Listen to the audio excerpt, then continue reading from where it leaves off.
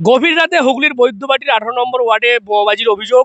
যে ছবি ধরা পড়েছে সিসিটিভি ক্যামেরায়, সেখানে দেখা যাচ্ছে গভীর রাতেই কিন্তু এই বোমাবাজির অভিযোগ উঠছে।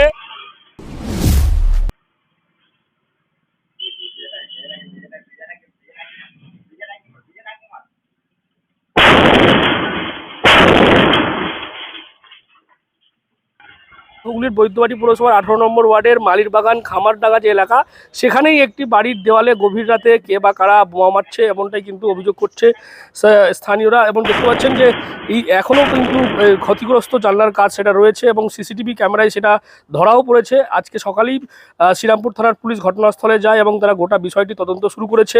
এবং আমরা এই যে ছবি দেখতে পাচ্ছি, এই মুহূর্তে স্থানীয় কাউন্সিলর স্বপন কুমার ঘোষ তিনিও ঘটনাস্থলে এসেছেন এবং এলাকার মানুষের সঙ্গে কথা বলছেন। এবং তিনি যেমনটা জানিয়েছেন যে প্রশাসন বিষয়টা দেখছে এবং কি কারণে এই ঘটনা ঘটলো সেটাও কিন্তু তারা বিষয়টি খতিয়ে দেখছে।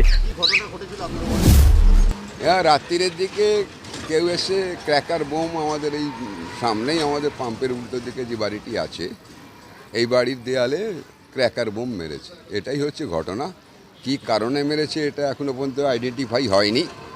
পুলিশ বিষয়টা দেখছে, পুলিশ হয়তো বিষয়টা সরেজমিন তদন্ত করে হয়তো কিছু জানাতে পারবে, তখন আমি বিস্তারিত হয়তো বলতে পারবো। আপনিও তো পরিবারের সাথে কথা বললেন? আমিও পরিবারের সঙ্গে কথা বলেছি, তারা বলছে কী কারণে আমাদের মেরেছে আমরা নিজেরাই বুঝতে পারছি না, তো কি করে কি বলি। তো ন্যাচারালি এটা পুলিশের ভেরিফিকেশনের উপর নির্ভর করে আমরা বুঝতে পারবো এবং তারাও বুঝতে পারবে যে ঘটনাটা কী। আপনি স্থানীয় যেহেতু জনপ্রতিনিধি, আপনিও কি চাইবেন না যে তাড়াতাড়ি যারা দোষী তারা? নিঃসন্দেহে আমি তো চাইবো যারা দোষী তারা কঠোর শাস্তি পাক, তাদেরকে আইডেন্টিফাই করে খুঁজে বের করা হোক এবং তো তাদের সম্পর্কে আমরা বিস্তারিত জানতে পারবো। কেন ঘটনা, কেন এই ঘটনার উৎপত্তি, এগুলো বুঝতে হবে এবং সেই দায়িত্বটা আমাদের অ্যাডমিনিস্ট্রেটিভ পুলিশের ওপর রয়েছে। তো ন্যাচারালি সেখান থেকে আমরা পরবর্তীকালে আশা করি জানতে পারবো। আমরাও নিজেরাই চেষ্টা করছি জানার। এই না, কোনোদিন করিনি। খুব পিসফুল ওয়ার্ড আমার 18 নম্বর ওয়ার্ড, বড় ওয়ার্ড কিন্তু পিসফুল ওয়ার্ড। বিভিন্ন ধরনের জাতপাতের মানুষরা থাকেন, কিন্তু তাদের মধ্যে কোনো ব্যাড রিলেশন কোনোদিনই আমি দেখিনি।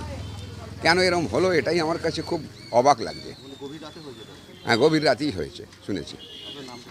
আমার নাম স্বপন কুমার ঘোষ। তবে এই যে ঘটনা, সেই ঘটনাকে কেন্দ্র করে যথেষ্ট চাঞ্চল্য ছড়ায় একেবারে 18 নম্বর ওয়ার্ড বৈদ্যবাটি পুরসভার মালিরবাগান যে খামারডাঙ্গা এলাকা, সেখানেই কিন্তু একটি বাড়িতে জানলাকে লক্ষ্য করে এই বোমাবাজির অভিযোগ উঠছে এবং সেখানে এখনও দেখা যাচ্ছে যে সেই দাগ রয়েছে এবং ক্ষতিগ্রস্ত হয়েছে জানলার কাজ।